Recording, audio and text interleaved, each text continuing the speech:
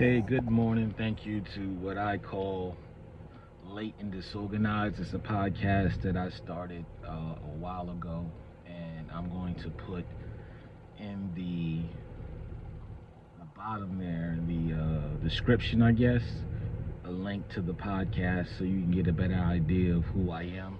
I've intentionally not really done any video because I don't really like being on video or taking pictures and things like that. It's not really in my personality to do that, but I feel compelled to start doing it on my YouTube channel and see where that goes as well. Uh, so to get a better idea of who I am, you have to go to uh, the link, go to the podcast. If you want to listen to the podcast, you get a better understanding of who I am as a person, and then you'll see, why it's called Late and Disorganized, and you'll get a better understanding of where my head is and where my opinions come from. On this very first video episode, I wanted to give my perspective on a lot of the things that's going on in this world, particularly one of the things with Donald Trump. And the thing I'm going to try to do is be very objective and not do a Republican or Democrat type of thing, just to hopefully enlighten people on what they're seeing with Donald Trump and what they're seeing in their politics, to give them a better understanding and hopefully bring down some people's temperature as far as what's going on, and see that it's not as extreme as everyone thinks it is. And I'm going to hit this on multiple levels to try to give an overall perspective on what you're seeing. And I'm going to say a few things that may, when you first hear a few things, it's going to sound like I'm about to go on a rant that you don't want to hear. But I promise you that's not my intention. My intention is to give overall understanding of what you're seeing, just to broaden your perspective. The very first thing is that you have to understand is that as human beings, we're like lightning. We take the path of least resistance. And that goes along with, if there's something that we don't have to learn, oftentimes we won't learn it because we don't need it. And if we don't need it, we don't see a point in trying to understand it, and we just go about our life. One of the levels you first have to understand when it comes to how Donald Trump got to where he got to is one of the things I'm first going to say that may turn you off immediately, and that's white privilege actually comes into what's going on here. And when Caucasian people in America or just around the world hear the term white privilege, I understand their adversity to it, and I understand not wanting to listen to people who say that you have a privilege solely based on the fact that you're white. Because a lot of people, they grow up in poverty, they go through a lot of harsh things, they face realities that does not feel like a privilege to them. So when they hear someone say you have a privilege and it's not applied to their life in a way that they can understand, they don't want to hear you say that they have a privilege. But the way in which the people who say it mean it is similar to a very attractive woman.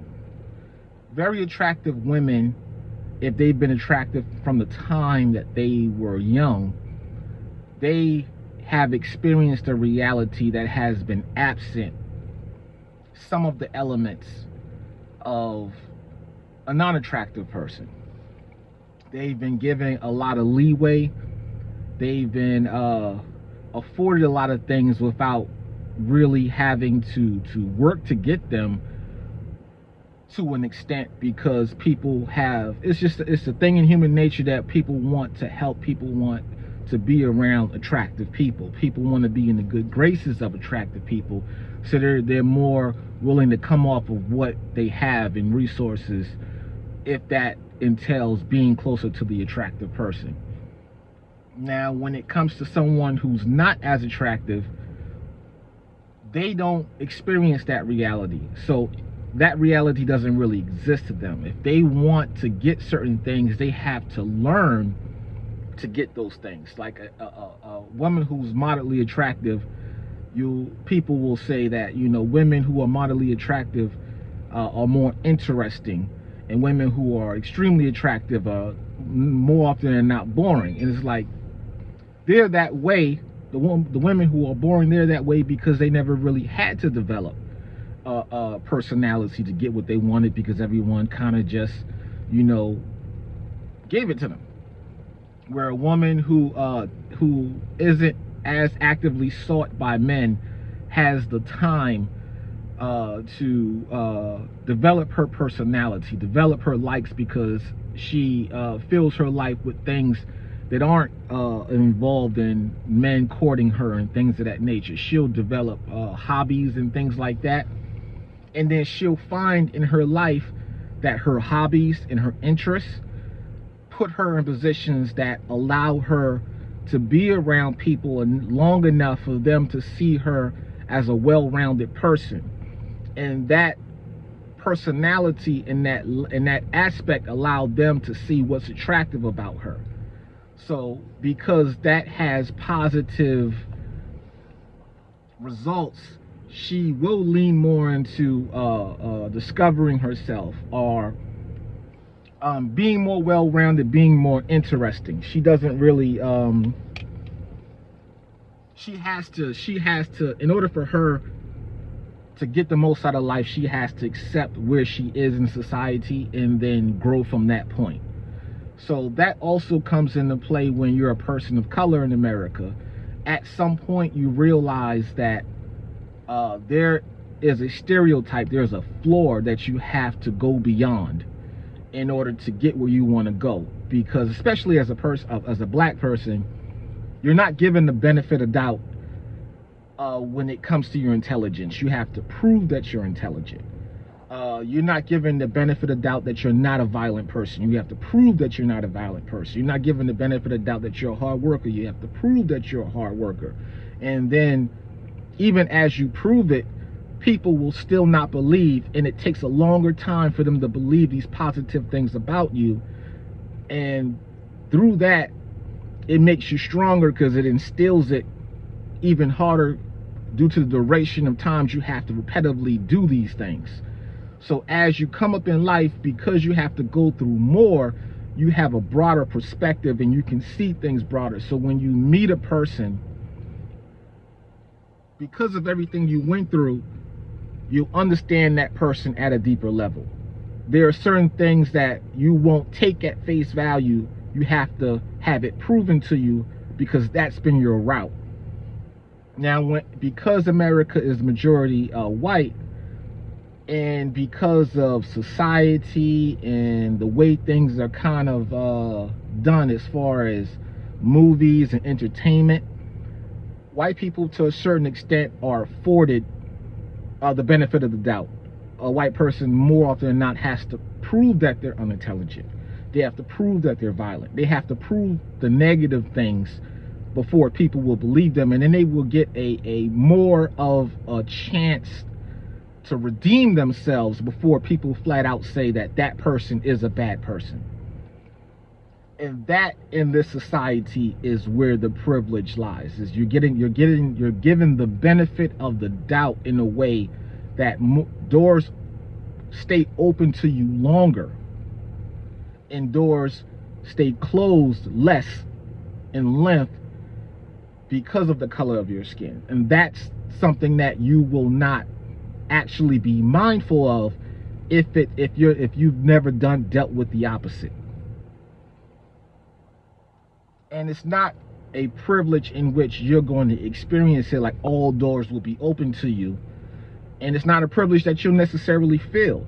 And that comes into play. To explain that would be like in a woman who's very attractive, who's been very attractive since the point that she was very young, and then she gets to a point in her life where she is growing in age and her looks start to fade, and she's been so used to everyone behaving or reacting to her in a certain way, at some point she's like, why is everybody seemingly being more mean? Or why aren't these doors opening the way they used to open? And it's like she's finally, because her looks are starting to fade, she's starting to experience the reality that everyone else is experiencing.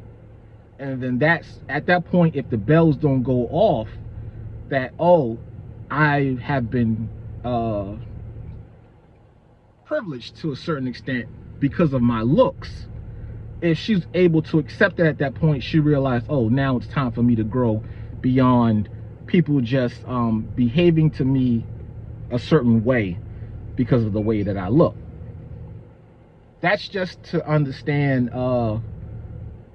We'll get back to why that's important and why that falls into everything when it comes to Trump.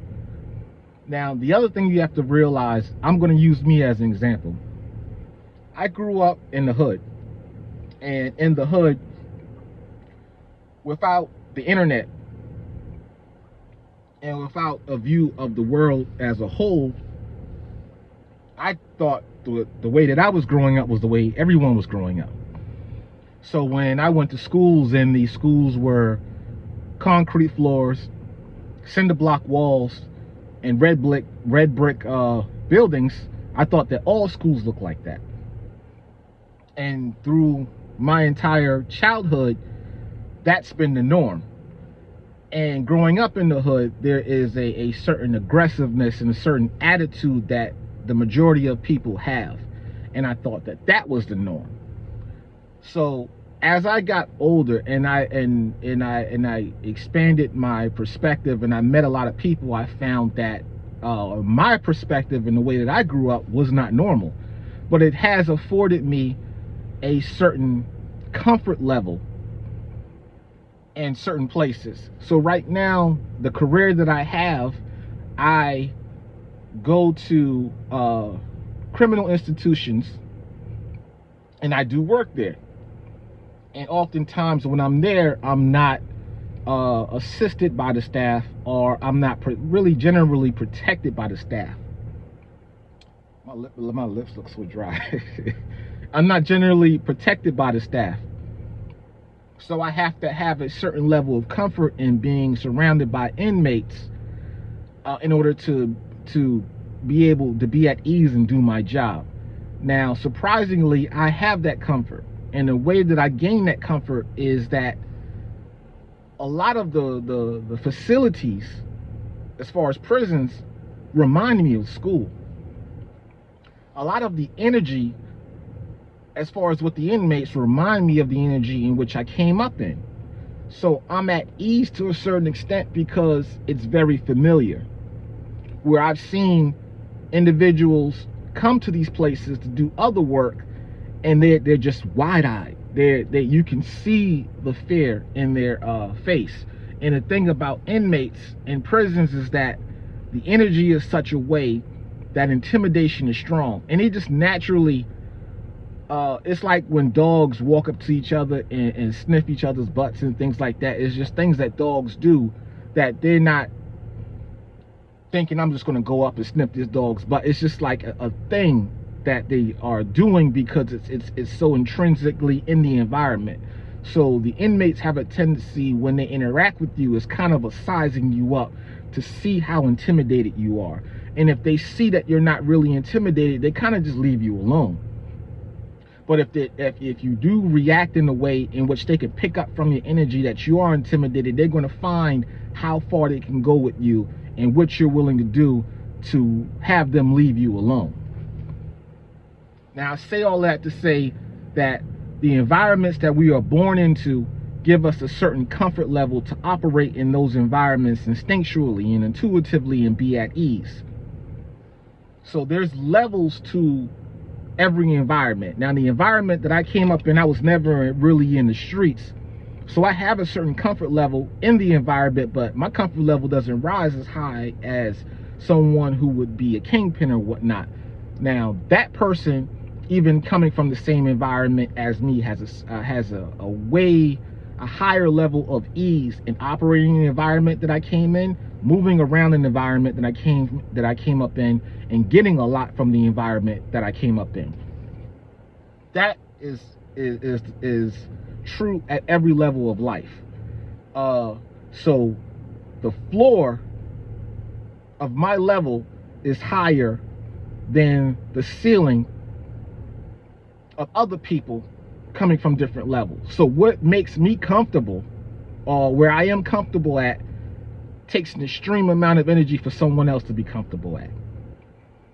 So even though I can be at the floor at my level, it's the penthouse to other people coming from where they're coming from. Now, to understand Donald Trump, we have to understand that he was born into affluence. He was born into a culture that prioritizes legacy and power and manipulation and, gravitas. And it's just the way that culture operates. It's the way that they speak, it's the way that they move, it's the way that they interact with one another. And it's not a big deal to them because it's what they're so used to. It's like you'll see rich people make such a big deal about watches, or the cut of a suit, or having the neck of a dress shirt tucked in a certain way in the back of a suit. And someone who doesn't come up in that level or has never been in that level is like, what's the big deal? It's just a suit. What's the big deal? It's just a watch. And it's like, no, those are elements within that culture that are just there for that culture. It's how they define each other and how they are able to identify each other and see where that person falls. How high up within that culture has that person climbed to understand what type of watch you're supposed to have. If you don't have a certain kind of watch, I know where you are within this culture. So when it comes to Donald Trump having been at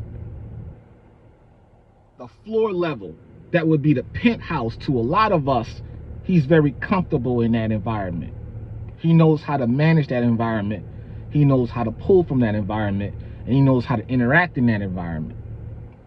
When you think about politics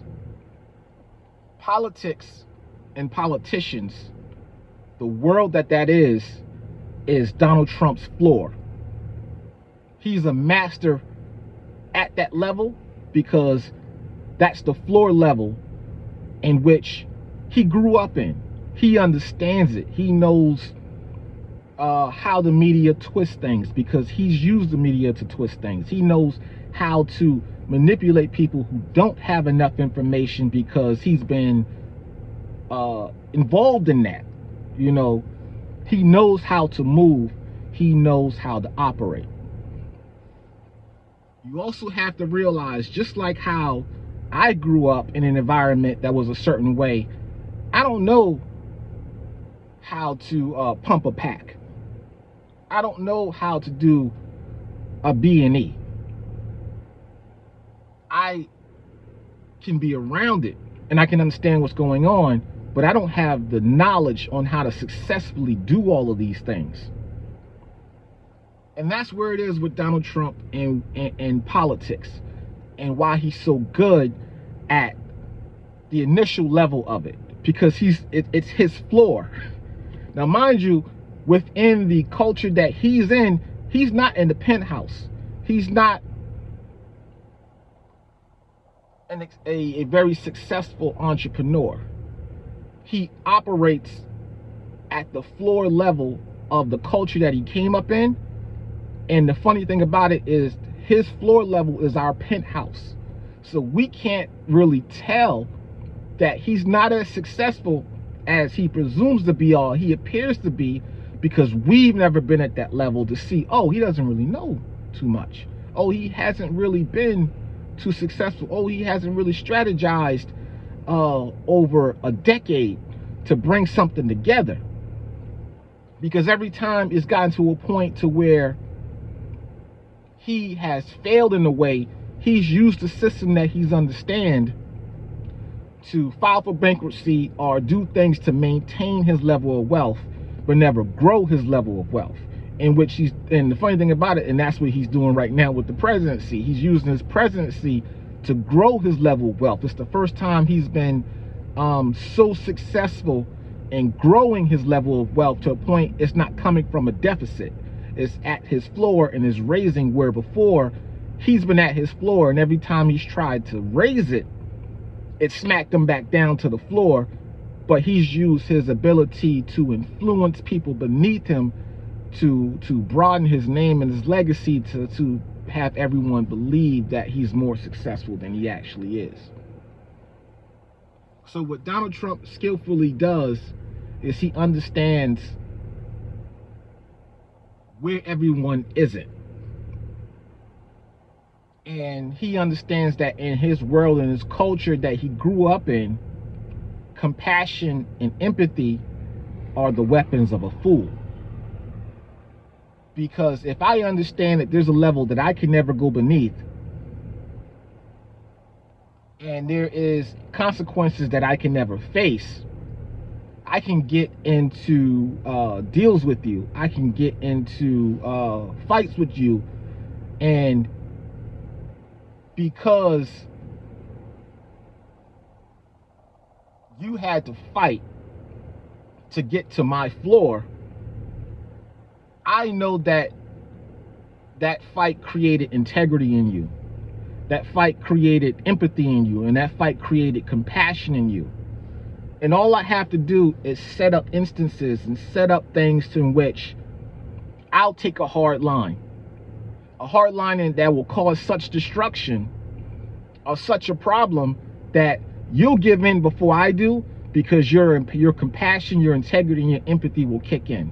I can cause so much pain for people that you are responsible for that you'll break before I do. Because the people that I'm responsible for, they can die. And I won't give in. Because as much people that I inadvertently hurt, I can find a way to spin it to say it's your fault that they're hurting and not mine. So not only are the people that I'm responsible for believe that it's your fault, the people that you're responsible for will believe that it's your fault. And at some point, that stress is going to break you to give into what I want. Now, that's a strategy that works in the business world. It works immensely good in the business world. And it's a strategy that's working in politics. It's never been implemented in such a way because there's never been someone who's been so ruthlessly in their mind to think, I don't care what happens as long as I win. The other thing that Donald Trump does, which is a leadership tactic, is if you can understand, if you can see the warmth in an individual and know that they are trying to climb to reach a legacy, you can use it against them. You can promise great success and dangle horrible defeat above them. And you give them space to believe that they have the choice to succeed or to fail. And then you give them a responsibility or a task, and you tell them to complete that task successfully. If they fail, it's their fault. If they succeed, it's because of you. They give you the credit, and you give them a greater legacy. And then you just give everyone positions and you stand back. And everyone who fails, you cut them loose. You put someone else who's of that same nature in that position. And you blame the failure on the person that you cut loose. And everyone that succeeds, you give them greater power. Because they are all trying to get to the floor of where you already are. And every time they succeed, you go up another level, hopefully, potentially getting to the penthouse. Donald Trump understands humanity in that way. He accepts it the way that it is, and he manipulates it. So this goes back to what I was saying about white privilege. People who have not been afforded the luxury of, not luxury, the benefit of the doubt to have to for good things to be to have been believed about them, have to fight in order to flip that opinion. And in fighting to flip that opinion, you go through enough experiences to be able to read people, to be able to understand people, to be able to identify who's an enemy and who's not an enemy, and who's working for you, who's not working for you. So there are a lot of people that have not given Donald Trump the benefit of the doubt and have not been proven from Donald Trump that he's doing good things for us and not himself. Those are the people that Donald Trump can't flip and see him for who he is. But the people who grew up in an environment in which the benefit of the doubt was given are more open to see him in a positive light. And he's using those people to empower himself. The people that want him to be right, that want him to be everything that they believe him to be, because he successfully convinced them that he is. And it's not their fault that they believe that, because America has been twisted and turned in such a way that everyone knows something is wrong, but no one can really put their finger on it. And media companies have successfully identified that and given people places to put their finger on, and then market it from that place. So every time the people wake up, they feel something's wrong, and media companies are giving them a finger to point at, or a place to point at, or a thing to touch to say this is wrong. Donald Trump has successfully identified what these media companies have been pointing at for this group of people to believe that something's wrong. So he's galvanized all of these opinions and all of these places and say that you all right, this is the problem, and I am the solution. So all of these people they just want a solution. They just want to wake up and not feel like something is wrong. Here's the kicker. Nothing's wrong. Everything is still as it always has been. The same people that are influencing people to believe that something is wrong, and let's just say they're on the conservative side of media, those same entities invest in the opposite. So let me put it in perspective. Say there's media companies that say that women are too promiscuous and women are too mouthy, and feminism and this and that. The same entities that promote that viewpoint invest in record companies that will find a young woman, give her a ton of money to give her confidence, and tell her to write the most vulgar music and dance in the most salacious ways. And they have structured entertainment contracts in a way that she's in debt to them, but at the same time they make her appear that she's living a lavish life. So in order to keep up that appearance, she has to perform in the way that they want her to perform, and show up in the places that they want her to show up in. So on one side, they're creating the reality that they're saying is the problem. You understand what I'm saying? So They've created the reality that they're saying that they're trying to fight. Also, they can market to people because the thing they understand all of those kids that grew up as millennials and watched Captain Planet and did all of and took in all of these things that made us wanted to be good people and help the world, that study anthropology and sociology and all of that stuff, that went to high levels of school. They became marketing execs. They became people that understand human nature.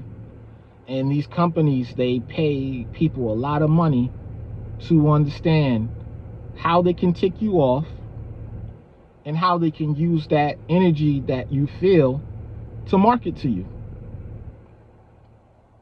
And the first time I've ever seen it in my whole life, seen it broken, was during COVID. During COVID, everyone, even them, everyone was so afraid of what was going on that the machine stopped for a second. Everyone that they said that you can't pay them money because they don't do anything essential became essential workers who couldn't stop working. Everyone else got to go home, got the stress of, I'm afraid of not being at work because I can lose my job. They got that removed from their mind, and they were able to sit and spend time with their family, and it reminded them, oh, this is what I do this for. I don't do this for a big house, a nice car, our status. I got with my wife and we worked this hard to provide a life for my children that I don't even get to enjoy. Once everybody started to realize that, that's when you started to see the great resignation. That I'm putting my energy into the wrong places. But that shook up the system. That became a problem. And that was corrected. All of a sudden, we started having all these, they say, well, inflation is coming and we have to raise rates because we printed money and just gave it away. The United States of America does it all the time. And before, it didn't raise rates. And before, it didn't cause inflation. So what they did was they created enough stress. They recreated the conditions that were before. They created stress, anger, and fear. They put everyone back in the box, and then they started pumping money into all of these influencers to exasperate that feeling. To say that men should hate women, women should hate men, women are too promiscuous, men are too closed-minded. Hey, what about these gay people over there and these trans people over there? And now everyone's back in the machine, back into their emotions and being marketed to. Because when we feel stress, we don't want to feel it alone. We get with a group. And how we identify our groups is by that signal caller, the influencer, who gives us a place for our emotions to say, hey, that person gets us. And then that group gets together and they get together in the chat and they all think and feel the same things. And then as that influencer is exasperating all of your emotions and all of the ways that you think, they say, and now in a word from our sponsors. And it's sad that it all just comes down to selling us stuff. They want us, or they want people to not be happy and working from home, being able to spend more time with their family, less time in traffic, be less weary and self-destructive, in which it creates poor productivity. That would make more sense. No, they want you in traffic, in your car, buying gas, buying tires, fixing your car, coming downtown, going to Starbucks, going to the boutiques. They want you to take the money that you've earned and give it back. Because that's the only way you're going to experience happiness, is getting up in the morning and thinking about going to Starbucks and having your coffee and your cigarette before you go to work. You notice that this is the only time that I feel peace. So Donald Trump isn't really a bad guy. He's just working the system the way it already is, to raise his own wealth. And you know, millions of guys in this world doing that. He just happens to be the president. He's not making anybody be a certain way. People are already that way, and he's just leading you through the door. And you can say that that's disingenuous and wrong, but what influencers do you watch? What music do you listen to? What concerts do you go to? What products do you buy? They're doing the same thing Donald Trump is doing. You know, so once we all take a step back and realize that everyone's being manipulated, and what a lot of people are taking advantage of is the fact that we don't understand what we don't understand, because it's never been a reality that we had to experience.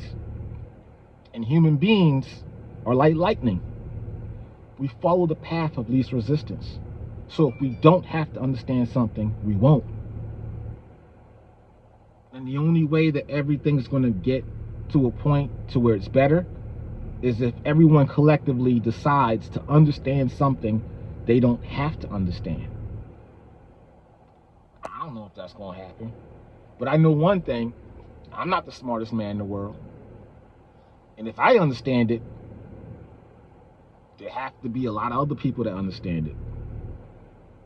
So, you know, if I can realize it, other people are going to realize it. And that gives me hope. It gives me optimism. Because if I can understand it and other people can understand it, eventually it'll be a groupthink. And there'll be somebody who can guide everyone. And we all get together and we collectively open our minds and understand that we're not each other's enemy, and we're all just being influenced by people that want us to be a part of a system that is to make money and consume, make money and consume. And that system has been going on for so long, even the people that perpetrate it can't break from it. It would be like if someone grew up in the hood and they were selling drugs, and then they finally had the open-mindedness to see that they were selling poison to their own community. Well, now you're in too deep. What are you going to do? You got a couple felonies, you got a couple tattoos on your face. You know, you don't speak with good diction. You've been so in the world. How are you going to survive? What are you going to do? So a person who is up on the upper echelon of the corporate world and the financial world is realizing that what he's pumping and what he's doing and how he's marketing things are affecting the entire country. What is he going to do? What is she going to do? They see the machine. They see what the machine does to people who step out of line. You know the thing that they more than likely do more than anything? They step away and start a small nonprofit to help people. That sounds like somebody I've heard about before. Used to run Microsoft.